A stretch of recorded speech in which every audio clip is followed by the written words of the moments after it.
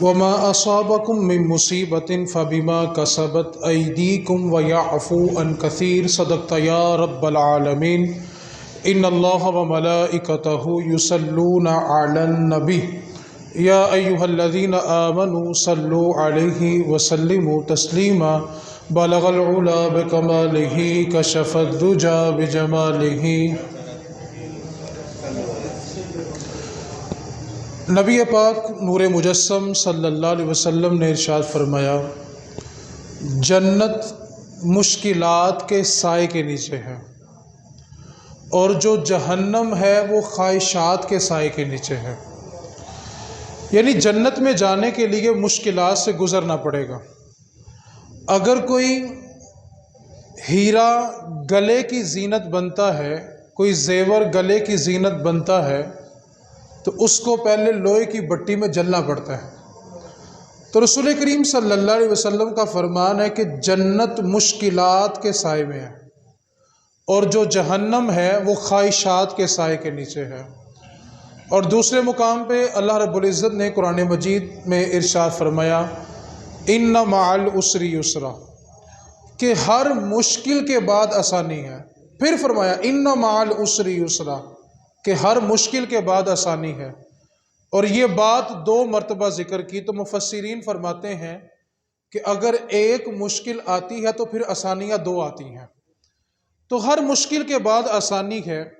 آیت مقدسہ جو جمعہ کے خطبہ کے لیے تلاوت کی، اللہ تعالیٰ کی بارگاہ میں دعا ہے اللہ تعالیٰ میری زبان پر کلمۃ الحق کو جاری فرمائے اور ہمیں دین سمجھ کر عمل کی توفیق عطا فرمائے۔ وما اصابکم من مصیبت فبما کسبت ایدیکم ویعفو عن کثیر۔ اللہ رب العزت نے ارشاد فرمایا کہ جو بھی مصیبت تمہیں پہنچتی ہے وہ تمہارے ہاتھوں کی کمائی ہوتی ہے۔ ویعفو عن کثیر، اور بہت ساری تو اللہ ویسے ہی معاف کر دیتا ہے۔ یعنی انسان غلطی کرتا ہے تو اس کو مصیبت پہنچتی ہے اور اللہ رب العزت کا فرمان ہے وَيَعْفُو عَنْ كَثِيرٍ، اور بہت ساری تو رب ویسے معاف کر دیتا ہے۔ مولا علی شیر خدا رضی اللہ تعالیٰ عنہ کی بارگاہ میں چند لوگ حاضر ہوئے، آ کر عرض کی، امیر المومنین آپ کے نزدیک قرآن کی کون سی آیت سب سے زیادہ کمال آیت ہے؟ اب قرآن کا تو ایک ایک حرف شانوں والا ہے، ایک ایک آیت کمال والی ہے، لیکن قرآن مجید کو جو بڑے غور و فکر کے ساتھ پڑھتے ہیں وہ ایک ایک لفظ سے اپنے لیے عبرت تلاش کرتے ہیں۔ تو مولا علی شیر خدا رضی اللہ تعالیٰ عنہ سے جب سوال ہوا کہ آپ کے نزدیک قرآن مجید کی کون سی آیت سب سے کمال کی آیت ہے، تو آپ نے اسی آیت کو تلاوت فرمایا کہ تمہیں جو بھی مصیبت پہنچتی ہے وہ تمہارے ہاتھوں کی کمائی ہوتی ہے اور بہت ساری تو اللہ ویسے ہی معاف کر دیتا ہے۔ تو سوال کرنے والے نے پھر عرض کیا کہ ہماری سوچ تو یہ تھی کہ آپ کہیں گے کہ شفاعت کے بارے میں جو اللہ کا حکم ہے وہ سب سے بہتر ہے، یا اللہ نے اعلان کیا ہے کہ لا تقنطوا من رحمت اللہ، کہ میری رحمت سے نا امید نہیں ہونا، تو ہم سمجھتے تھے کہ شاید وہ آیت سب سے کمال ہوگی۔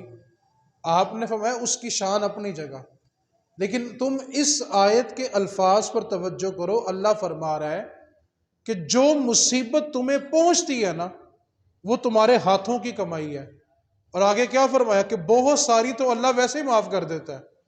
فرمایا اللہ تعالیٰ کی رحمت کا قانون یہ ہے کہ وہ ایک جرم کی سزا 2 بار نہیں دیتا، اور فرمایا جس کو دنیا میں مصیبت پہنچتی ہے، مشکل پہنچتی ہے اور بیچارہ پریشانیوں میں زندگی گزار کے چلا جاتا ہے، تو اس کی رحمت کا قانون تو یہ ہے کہ ایک جرم کی سزا 1 مرتبہ ملتی ہے۔ تو فرمایا یہ آیت سب سے بہتر اس لیے ہے کہ جس کو اللہ نے دنیا میں مصیبت دی ہے، اللہ قیامت والے دن بغیر حساب کے جنت بھی عطا فرمائے گا، کیونکہ اس کی رحمت کا قانون ہے کہ ایک جرم ہوگا تو سزا 1 ہی بار ملے گی۔ تو فرمایا جس کو رب نے دنیا میں مصیبت میں رکھا ہے نا، پریشانی میں رکھا ہے، اور اس کی بہترین ترجمانی رسول کریم نے کی ہے۔ محبوب کائنات صلی اللہ علیہ وسلم نے ارشاد فرمایا، جن لوگوں کی دعائیں قبول ہوتی ہیں، یعنی دنیا میں انسان کوئی دعا مانگتا ہے اس کی قبول ہو جاتی ہے، فرمایا جن کی دعائیں قبول ہوتی ہیں جب وہ لوگ جنت میں داخل ہوں گے تو جب وہ جنت میں اپنا سر اٹھا کے ان لوگوں کا مقام دیکھیں گے جن کی دنیا میں دعائیں قبول نہیں ہوتی تھی، تو جن کی ہوئی ہوں گی وہ کیا عرض کریں گے؟ اے مالک، کاش ہماری دنیا میں ایک دعا بھی قبول نہ ہوتی۔ تو یہ جو جنت ہے یہ مشکلات کے سائے میں ہے، یہ رسول کریم کا فرمان ہے۔ ایک بات کو اپنے دلوں میں، اپنی زندگی میں جگہ دیں کہ مشکل اور مصیبت کے بغیر زندگی کا وجود ممکن ہی نہیں ہے۔ جہاں انسان ہوگا، مسلمان ہوگا، اس پہ مشکل ضرور آئے گی، اور جہاں کافر ہوگا اس کے لیے سہولت ضرور ہوگی۔ کیوں؟ کہ جہنم جو ہے وہ خواہشات کے سائے میں ہے اور جنت مشکلات کے سائے میں ہے۔ تو بعض اوقات ایسا ہوتا ہے کہ ہم اللہ تعالیٰ کی بارگاہ میں دعا مانگتے ہیں، ہماری دعا قبول ہو جاتی ہے، بعض اوقات نہیں ہوتی، اور ہم ایک طویل عرصے تک اس چیز کے لیے تڑپتے ہیں، رو رو کے دعا مانگتے ہیں، اور ایک طویل عرصے کے بعد ہم یہ کہہ کر اس چیز کی تڑپ چھوڑ دیتے ہیں کہ ہم نے اپنا معاملہ اللہ پہ چھوڑ دیا۔ تو میرے بھائی، اپنا معاملہ پہلے ہی رب پہ چھوڑ دیتے، اس کے نزدیک بہتر ہوتا تو ہمیں پہلے مل جاتا۔ آپ دعا کا بنیادی کنسپٹ سمجھیں، پھر آپ کو اگلی احادیث سمجھ آئیں گی۔ انسان جب بھی اپنے رب سے دعا مانگتا ہے وہ کبھی بھی رد نہیں ہوتی، ہر دعا اللہ کی بارگاہ میں قبول ہوتی ہے۔ یہ ممکن ہی نہیں کہ بندہ رب سے مانگے اور رب اس کو عطا نہ کرے۔ دعا کی بنیادی طور پر 3 صورتیں ہوتی ہیں، اگر آپ اس چیز کو سمجھ لیں تو زندگی کی بہت ساری مشکلات سے آپ نکل سکتے ہیں۔ پہلی صورت یہ ہوتی ہے کہ بندے نے دعا مانگی اور اسی وقت رب نے اس کو عطا کر دیا، اور اس پہ بھی بندے کی ناشکری دیکھے۔ بندہ دعا مانگتا ہے، فوراً قبول ہو جائے نا، یعنی ہم نے کچھ جملہ کہا ہو اور سامنے والا فوری آ جائے تو ہم بھلا کیا کہتے ہیں؟ چنگا ہوندا میں کچھ اور ہی مانگ لیندہ، یعنی جو مانگا وہ ابھی ملا، اس کا شکر نہیں کیا کہ مالکا تیرا شکر ہے، میں نے ابھی کہا تھا مجھے ابھی مل گیا۔ کہتا کیا ہے؟ کہ چنگا ہوندا میں کچھ اور ہی مانگ لیندہ، یعنی بندے کی ناشکری کی انتہا ہے۔ تو پہلی صورت یہ ہوتی ہے کہ بندہ دعا مانگتا ہے تو رب اس کو اسی وقت عطا کرتا ہے۔ دوسری صورت دعا کی یہ ہوتی ہے کہ بندے نے رب سے مانگا، جب اس کے نزدیک وہ ہمارے حق میں بہتر ہوتا ہے نا، وہ ہمیں تب ملتا ہے۔ یعنی دعا قبول ہو جاتی ہے لیکن ملتا ہمیں تب ہے جب وہ اس کے نزدیک ہمارے حق میں بہتر ہوتا ہے۔ دعا قبول ہو گئی ہوتی ہے۔ وہ موسیٰ علیہ السلام کوہ طور پہ جا رہے تھے، رستے میں ایک ہرن ملا، 61 سالی کا زمانہ تھا، بارشیں بند ہو گئی، سبزہ اگنا کم ہو گیا تو جانور بھوکے مرنے لگے۔ تو ہرن نے موسیٰ علیہ السلام سے کہا، موسیٰ، رب سے ہم کلام ہونے جا رہے ہو تو رب سے پوچھ کے آنا کہ بارش کب ہونی ہے، اب تو جانور بھی پیاسے مرنا شروع ہو گئے ہیں۔ موسیٰ علیہ السلام اللہ کی بارگاہ میں حاضر ہوئے، عرض کی مالک و مولا، ہرن نے سوال کیا کہ بارش کب ہوگی، اللہ تعالیٰ کا جواب سنیں اور اس کو اپنی زندگی کے اوپر لائیں۔ رب تعالیٰ نے جواب دیا، موسیٰ جا کے ہرن سے کہنا تیری دعا قبول کر لی ہے۔ کیا فرمایا؟ پھر بولیں، اللہ کرے آپ بول پڑیں، تیری دعا قبول ہے لیکن بارش 1 سال کے بعد ہوگی۔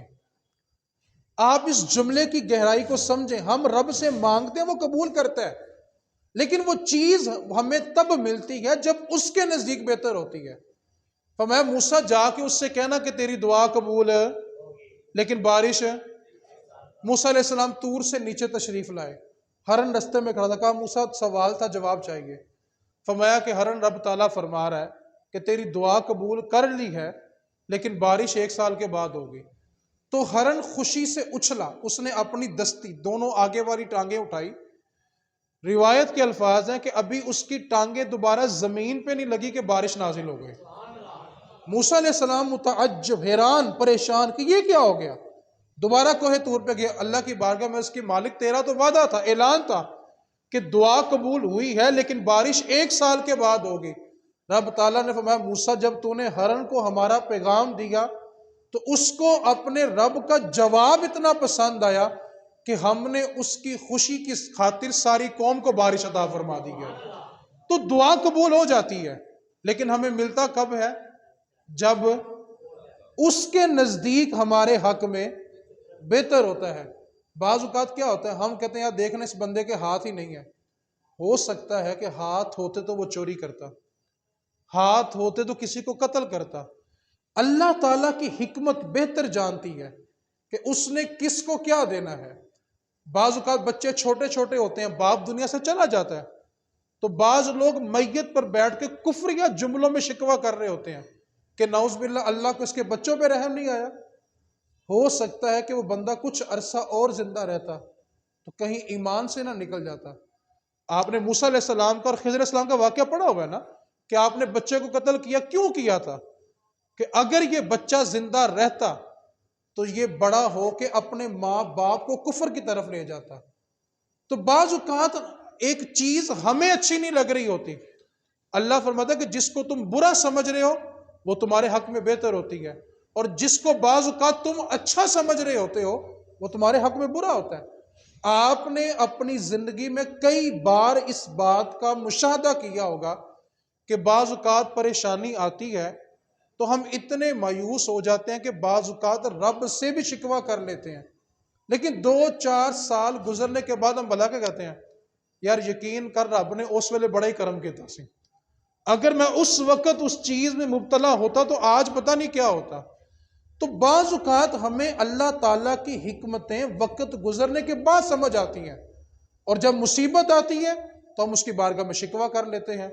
تو فرمایا دعا کی تیسری صورت یہ ہے کہ ایک تو جب دعا مانگی تب نہیں ملا، دوسرا دعا مانگی ساری زندگی نہیں ملا، تیسری بات یہ ہے کہ جب میدان محشر لگے گا، ایک بندے کا نامہ اعمال تولا جائے گا، اس کے گناہ وزنی ہو جائیں گے، نیکیاں کم پڑ جائیں گی، اللہ تعالیٰ اس کی نیکیوں والے پلڑے میں بڑے بڑے نیکیوں کے پہاڑ رکھے گا اور اس کو جنت میں جانے کا حکم ہو جائے گا۔ عرض کرے گا مالک و مولا یہ اتنے بڑے بڑے پہاڑ نیکیوں کے جو میرے نامہ اعمال میں آئے ہیں، یہ نیکیاں تو میں نے کی نہیں ہیں، تو اتنے بڑے بڑے پہاڑ میری نیکیوں میں کیسے شامل ہو گئے؟ تو رب تعالیٰ فرمائے گا یہ تو نے واقعی نیکیاں نہیں کی۔ عرض کرے گا مالک پھر اتنے بڑے بڑے پہاڑ نیکیوں کے کہاں سے آ گئے؟ رب تعالیٰ فرمائے گا بندے سن، یہ جو نیکیوں کے پہاڑ ہے نا، یہ وہ تیری ساری دعائیں ہیں جو تو دنیا میں مجھ سے مانگا کرتا تھا، لیکن وہ دنیا میں تیرے لیے بہتر نہیں تھا، میں نے تیری ساری دعائیں جمع کر کے رکھی، آج تیرے نیکیوں والے پلڑے میں ڈال کے تمہیں جنت عطا فرما دی ہے۔ تو دعا کبھی بھی رد نہیں ہوتی۔ تو بعض اوقات اللہ کی طرف سے جب مصیبت آتی ہے، پریشانی آتی ہے تو ہم شکوہ کرتے ہیں، تو اللہ تعالیٰ فرما رہا ہے وَمَا أَصَابَكُم مِّن مُّصِيبَةٍ فَبِمَا كَسَبَتْ أَيْدِيكُمْ، تمہیں جو بھی مصیبت پہنچتی ہے وہ تمہارے ہاتھوں کی کمائی ہوتی ہے، وَيَعْفُو عَن كَثِيرٍ، اور بہت ساری تو رب ویسے ہی معاف کر دیتا ہے۔ حضرت احمد رحمۃ اللہ تعالیٰ علیہ اور شرف الدین منیری رحمۃ اللہ علیہ، یہ دونوں اللہ تعالیٰ کے بڑے مقرب شخص گزرے ہیں۔ بیٹھے ہوئے تھے ایک دن تو شرف الدین منیری کہنے لگے اللہ کا دوست وہ ہوتا ہے جو اللہ کی طرف سے آئی ہوئی مصیبت پہ صبر کرتا ہے۔ تو احمد رحمۃ اللہ علیہ کہنے لگے کہ مجھے آپ کی بات سمجھ نہیں آئی۔ تو شرف الدین منیری کہنے لگے پھر آپ بتائیں کہ اللہ کا دوست کون ہوتا ہے؟ تو احمد رحمۃ اللہ علیہ فرمانے لگے اللہ کا دوست وہ ہوتا ہے جو محبوب کی طرف سے ملنے والی مصیبت کو تحفہ سمجھ کے قبول کرتا ہے، کہ میرے محبوب نے میرے لیے تحفہ بھیجا ہے۔ آزمائش محبوب بندوں کی ہوتی ہے۔ آپ ساری تاریخ پڑھ کے دیکھ لیں، فرعون اور نمرود کو کبھی کانٹا بھی نہیں چبھا تھا، اتنے بڑے نافرمان تھے لیکن ساری زندگی کانٹا بھی نہیں چبھا۔ اور اگر محبوب بندوں کی آزمائشیں پڑھ کے دیکھیں، حضرت رابعہ بصری رحمۃ اللہ تعالیٰ علیہ جب تک زندہ رہی بیمار رہی، اور جب کبھی صحت ملتی تھی تو اللہ کی بارگاہ میں روتی تھی کہ اللہ تو مجھ سے کہیں ناراض تو نہیں ہو گیا، کہ جب مجھے تکلیف پہنچتی ہے تو میں تڑپ کے دعا کرتی ہوں، میں رو رو کے عبادت کرتی ہوں، کیوں کہ مصیبت میں رب بڑا یاد آتا ہے۔ تو اگر مجھے صحت مل گئی ہے تو اے میرے رب کہیں تو مجھ سے ناراض تو نہیں ہو گیا۔ حضرت ایوب علیہ السلام، آپ نے ان کی بیماری کا واقعہ بے شمار مرتبہ سنا ہے، لیکن اس کی حکمت سمجھے کہ اللہ اپنے محبوب بندوں کو کس طرح آزمائش میں ڈال کے اس کے بعد اس کو ترقی دینا چاہتا ہے۔ ایوب علیہ السلام نے 60 سال صحت یابی کے گزارے، اس کے بعد آپ بیمار ہو گئے۔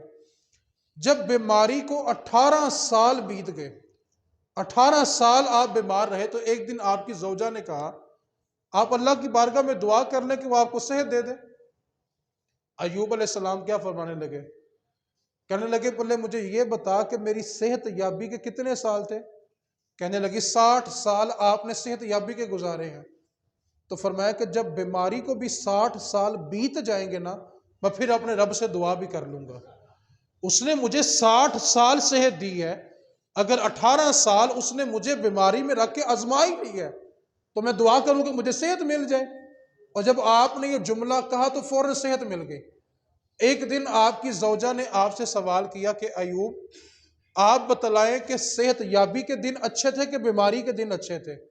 فرمایا اللہ کا دیا ہوا ہر دن ہی اچھا ہے، لیکن جو مزہ جو لطف بیماری کے دنوں میں تھا نا وہ صحت یابی میں نہیں ملتا۔ فرمایا وہ کیسے؟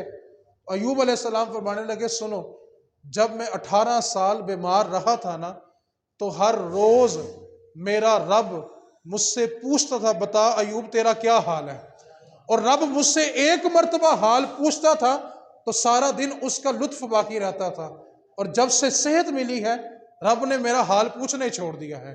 جے سونا ساڑے دکھ وچ راضی تے سکھ نو چولے۔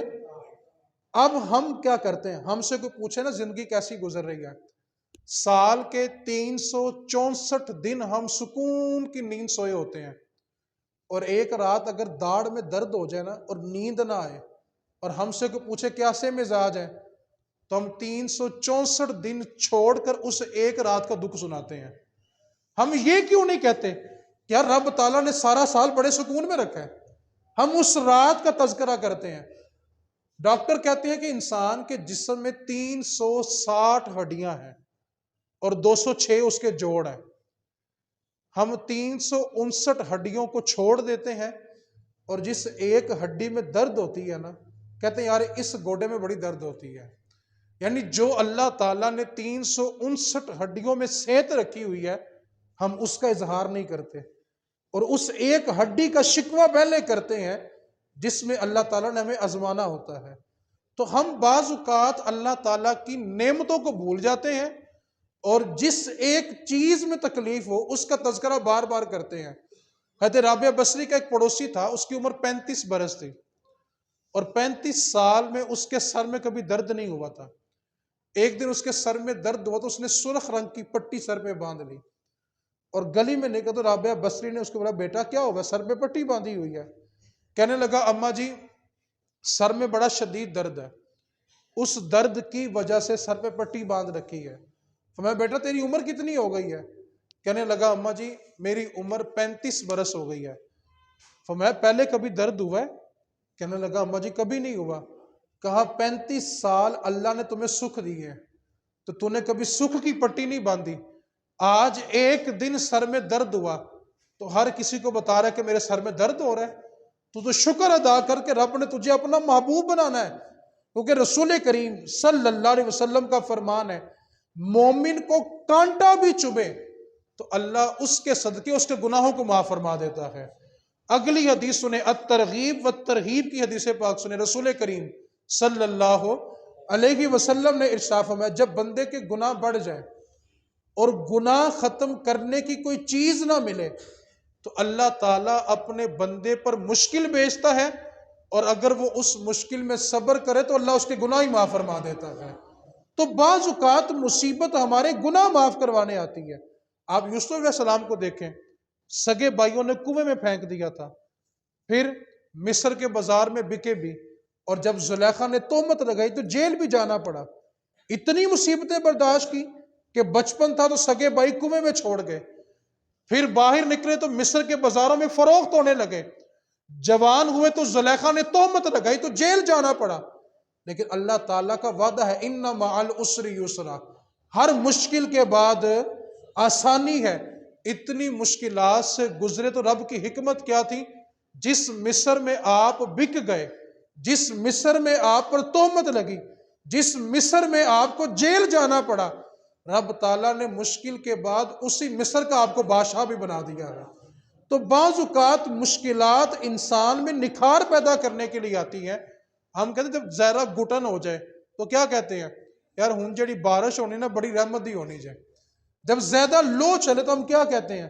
یار اب جو ہوا چلے گی نا بڑی مزیدار چلے گی۔ تو بعض اوقات زندگی کی گھٹن آتی اس لیے ہے کہ بندہ اس سے گزرے، اس میں نکھار پیدا ہو جائے۔ اس واسطے اللہ تعالیٰ کی حکمتوں کو سمجھے۔ ابراہیم علیہ السلام کی زندگی کو اٹھا کے دیکھیں، کتنی مشکلات تھی کہ آگ میں جانا پڑا، آگ میں ڈالا گیا آپ کو، لیکن جب اس مصیبت سے باہر آئے، پریشانی سے باہر آ گئے، امتحان میں کامیاب ہو گئے، تو رب تعالیٰ نے اجر کتنا بڑا دیا۔ اتنی بڑی مصیبت تھی کہ آگ میں زندہ ڈال دیا گیا، لیکن اجر کتنا بڑا ملا کہ اللہ نے اپنا محبوب ہی ان کی اولاد میں بنا کے پیدا کر دیا، کہ رسول کریم کو ان کی اولاد میں پیدا کیا۔ اور رسول کریم صلی اللہ علیہ وسلم نے دین ابراہیم کو پسند فرمایا۔ اور آج بہت ساری چیزیں جو ہم استعمال کرتے ہیں، مونچھوں کو ہم چھوٹا کرتے ہیں، یہ دین ابراہیم ہے۔ ہم زیر ناف زیر بغل بات صاف کرتے ہیں، دین ابراہیم ہے۔ تو آج بہت ساری چیزیں ہمارے درمیان ایسی موجود ہیں جو دین ابراہیم سے چلتی آ رہی ہیں۔ اس واسطے جب بھی مشکل آئے شکوہ نہ کرو، کیونکہ اللہ نے بہت ساری تو ویسے ہی معاف کر دی ہوئی ہیں۔ اب جو میں آپ کو بات سنانے لگا ہوں نا، آپ نے بڑی توجہ سے اس کو سمجھنا ہے، اور اگر آپ اس بات کو سمجھ جائیں تو یقین کریں آپ بھی مشکل میں اللہ کا شکر ہی ادا کریں گے کہ اللہ تیرا شکر ہے۔ بعض اوقات اللہ تعالیٰ ہمیں چھوٹی مشکل دے کے بڑی مشکل سے بچانا چاہتا ہے، لیکن ہم چھوٹی مشکل میں شکوہ کر بیٹھتے ہیں۔ حکیم لقمان رحمت اللہ تعالیٰ علیہ، بڑا توجہ طلب جملہ ہے، آپ توجہ فرمائیں گے تو زندگی کی بڑی مشکلیں حل ہو جائیں گی۔ حکیم لقمان رحمت اللہ علیہ، آپ نے ایک دن اپنے بیٹے کو بلایا اور اپنے بیٹے کو نصیحت کرنے لگے، بیٹا جب بھی مصیبت آ جائے تو گھبرانا نہیں ہے، زندگی میں جس موڑ پر بھی مصیبت ہے گھبرانا نہیں ہے۔ اپنے بیٹے کو نصیحت کی، اب بیٹے نے اس نصیحت کو پلے باندھ لیا۔ چند دن کے بعد باپ اور بیٹے کا پروگرام بنا کہ فلاں بستی میں اللہ کے ایک نبی ہیں، اور حکیم لقمان وہ شخصیت ہے جن کے نام پر اللہ نے قرآن میں پوری سورت رکھی ہوئی ہے، اتنی معتبر شخصیت ہے۔ باپ اور بیٹے کا پروگرام بنا کہ ہم دونوں نے اس بستی میں جانا ہے اور اللہ کے نبی سے ملاقات کرنی ہے۔ اب باپ بیٹا نے اپنا اپنا گھوڑا لیا، اپنا اپنا زادے راہ ساز و سامان رکھا، کھانے پینے کا سامان رکھا، اور بڑی تیزی کے ساتھ اس علاقے کی طرف سفر شروع کیا، اور بڑی تیزی کے ساتھ بستیوں کو کراس کرتے جا رہے ہیں اور اللہ کے نبی کی ملاقات کے لیے جا رہے ہیں۔ جب آگے صحرا آیا تو گرمی کی شدت میں اضافہ ہوا، اور گرمی اس قدر بڑھی کہ آپ دونوں کے جو گھوڑے تھے وہ بے ہوش ہونے لگے۔ اتنی سخت لو چلی کہ گھوڑے بے ہوش ہو گئے۔ آپ نے جب گھوڑے کو ہوش دلایا تو پھر پیدل سفر کرنا شروع کیا۔ آپ تصور کریں، ریتلی علاقہ ہو، صحرا ہو، گرمی تپش ہو اس کی، اور بندہ جتنا چلے پیاس اتنی بڑھتی ہے۔ چلتے رہے پیدل، پانی پیتے رہے، کھانا کھاتے رہے۔ کچھ آگے پہنچے کہ پانی بھی ختم ہو گیا، کچھ اور آگے بڑھے تو کھانا بھی ختم ہو گیا، اور سفر ابھی باقی تھا۔ پھر اور تیزی کے ساتھ پیدل چلنے لگے کہ اچانک لقمان رحمت اللہ تعالی علیہ کا جو بیٹا تھا، اس کے پاؤں کے اندر ایک ہڈی لگ گئی، اور ہڈی اس طرح کی خون کے فوارے نکلنے لگے۔ اب لقمان جو رحمت اللہ علیہ تھے، انہوں نے اپنے بیٹے کو اپنی گود میں رکھا اور آنکھوں سے آنسو بہنے لگے۔ بیٹا کہنے لگا، ابا جی آپ نے تو نصیحت کی تھی کہ مصیبت ہے تو گھبرانا نہیں ہے، اور آپ کی چشمان سے آنسو بہ رہے ہیں۔ کہا بیٹا نصیحت تو کی تھی کہ مشکل آئے تو گھبرانا نہیں ہے، لیکن سینے میں دھڑکنے والا دل بھی تو ایک باپ کا دل ہے نا، دل میں باپ کی شفقت تو بھی ہے نا۔ اب لقمان رحمت اللہ تعالیٰ علیہ نے اپنے ہونٹوں سے اس ہڈی کو نکالا، اور جب ہڈی کو کھینچا تو خون کے فوارے چھوٹ پڑے اور خون بہنے لگا۔ اور تھوڑی سی دیر کے بعد جب طبیعت سنبھلی تو سفر کرنے لگے، تو آواز آئی کہ رک جاؤ، اور سامنے بستی سے دھواں اٹھنے لگا۔ تو سمجھ گئے کہ قریب کوئی بستی ہے، وہاں جا کے ساز و سامان بھی لیتے ہیں اور اس کے بعد آگے سفر بھی کریں گے۔ جب چلے تو پیچھے سے آواز آئی کہ رک جاؤ۔ جب رک گئے تو پوچھا تو کون ہے جو ہمیں روک رہا ہے؟ کہا میں اللہ کا بھیجا ہوا فرشتہ ہوں، اور آپ کے لیے پیغام یہ ہے کہ آپ یہیں پہ رک جائیں، ابھی آپ کے لیے سواری کا بھی انتظام کر دیا جائے گا، آپ کے لیے پانی کا بندوبست بھی کیا جائے گا، آپ کے لیے کھانے کا بندوبست بھی کیا جائے گا، اور جو تکلیف پہنچی ہے رب اس سے شفا بھی عطا فرمائے گا۔ اب جب یہ ساری باتیں سنی تو کہا کہ یہ سب کچھ ہمارے لیے کس لیے انتظام کیا جا رہا ہے اور یہ فرشتہ ہماری مدد کے لیے کیوں آیا ہے؟ اب جس جملے کے لیے میں نے یہ ساری بات سنائی اس سے آپ کی توجہ چاہوں گا۔ فرشتہ کہنے لگا کہ جس بستی سے آپ دھواں اٹھتا دیکھ رہے ہیں نا، آپ اتنی تیزی کے ساتھ سفر کر رہے تھے کہ اگر آپ مسلسل چلتے رہتے تو آپ اس بستی میں پہنچ جاتے، اور اس بستی پہ اللہ نے عذاب نازل کرنے کا حکم دیا تھا۔ اللہ نے آپ کو بچانے کے لیے میں نے اللہ کی بارگاہ میں دعا کی۔ فرشتہ کہہ رہا کہ میں نے اللہ کی بارگاہ میں دعا کی، اللہ یہ تیرے دو بندے بڑی تیزی کے ساتھ اس بستی کی طرف آ رہے ہیں اور اس بستی کو تو تباہ کرنا ہے، اے اللہ تو ان کو بچا لے۔ کہا آپ کے گھوڑے بے ہوش ہوئے تو میری دعا کی برکت تھی، آپ پیدل چلے پیاس کی شدت بڑی، پانی جلدی ختم ہوا، میری دعا کی برکت تھی، آپ کا کھانا جلدی ختم ہوا، میری دعا کی برکت تھی، اور آپ کے بیٹے کے پاؤں میں ہڈی چبھی زخم ہوا، خون نکلا تو وہ میری دعا کی برکت تھی۔ کیوں؟ اگر یہ ساری مشکلات آپ کو نہ آتی، آپ اس بستی میں ہوتے تو عذاب نازل ہو جاتا۔ تو آپ توجہ کریں کہ اللہ رب العزت کی حکمتیں کتنی گہری ہوتی ہیں۔ ہم کہتے ہیں یار جب سے ہوش سنبھالا مصیبتوں سے گزر رہا ہوں، یار اللہ تعالیٰ آپ کو کسی بڑی مصیبت سے بچانا چاہ رہا ہے، اللہ آپ سے پیار فرماتا ہے، لیکن ہم چھوٹی چھوٹی باتوں پہ شکوہ کر بیٹھتے ہیں۔ اس واسطے اللہ تعالیٰ کی طرف سے آنے والی مصیبت میں دو باتوں کو سمجھ لیں صرف۔ اگر تو مصیبت آنے کے بعد آپ اللہ کی بارگاہ میں رجوع کر لیں، آپ اللہ کے قریب ہو جائیں تو وہ آزمائش ہے، اور اگر کسی مصیبت آنے کے بعد آپ کا رابطہ رب سے ٹوٹ جائے اور آپ دنیا داری کی طرف چلے جائیں تو سمجھ لیں کہ وہ آپ کے نامہ اعمال کا عذاب تھا۔ ہم بعض اوقات کہتے ہیں یار یہ جو مصیبت آئی یہ امتحان ہے یا عذاب ہے، ہمیں سمجھ نہیں آ رہی۔ زلزلہ آتا ہے، سیلاب آتا ہے، طوفان آتے ہیں، تو یہ مصیبت ہے یا عذاب ہے یا آزمائش ہے؟ تو اس بات کو بنیادی طور پہ ذہن رکھیں، جس مصیبت کے بعد آپ کا تعلق رب سے جڑ جائے وہ آپ کے لیے آزمائش تھی۔ آپ نے اس مصیبت پہ صبر کیا تو رب نے آپ کو اپنا قرب عطا کر دیا، اور اگر اتنی بڑی تباہی دیکھنے کے باوجود جھوٹ بولنا نہیں چھوڑا، رشوت لینا نہیں چھوڑی، سودی کاروبار نہیں چھوڑا، خیانت کرنی نہیں چھوڑی، لین دین میں جھوٹ بولنا نہیں چھوڑا، تو سمجھ جائیں جو مصیبتیں آ رہی ہیں اللہ کا عذاب آ رہا ہے۔ تو بڑا سادہ سا کلیہ ہے یہ سمجھنے کے لیے کہ یہ عذاب ہے یا آزمائش ہے۔ اگر تو آپ کا تعلق بڑی آفت دیکھ کے رب سے جڑ گئے تو آپ سمجھ لیں کہ وہ آپ کے لیے آزمائش تھی، رب نے آپ کو کامیابی عطا کی ہے، اور اگر آپ رب سے دور ہو گئے ہیں تو وہ چیز آپ کے لیے عذاب ہے۔ آپ دعا کریں اللہ تعالیٰ جو زلزلے میں شہید ہو گئے ان کو اپنی جوار رحمت میں جگہ عطا فرمائے، اور جو بے سر و سما ہیں بغیر چھت کے جی رہے ہیں اللہ ان کو نعم البدل جلد از جلد عطا فرمائے۔ ہمارے لیے کیا نصیحت ہے؟ ایک یہ زلزلہ ہے جس پر امداد کی جا رہی ہے، اور ایک زلزلہ آئے گا اذا زلزلت الارض زلزالہا، ایک زلزلہ آنے والا ہے جس کے بعد کوئی کسی کی مدد نہیں کر سکے گا۔ ہمیں دکھ کیوں نہیں محسوس ہوتا؟ آپ تصور کریں نبی پاک صلی اللہ علیہ وسلم کا فرمانا سارے مومن ایک جسم کی طرح ہیں، جسم کے کسی ایک حصے میں تکلیف ہو تو سارے جسم میں تکلیف ہوتی ہے۔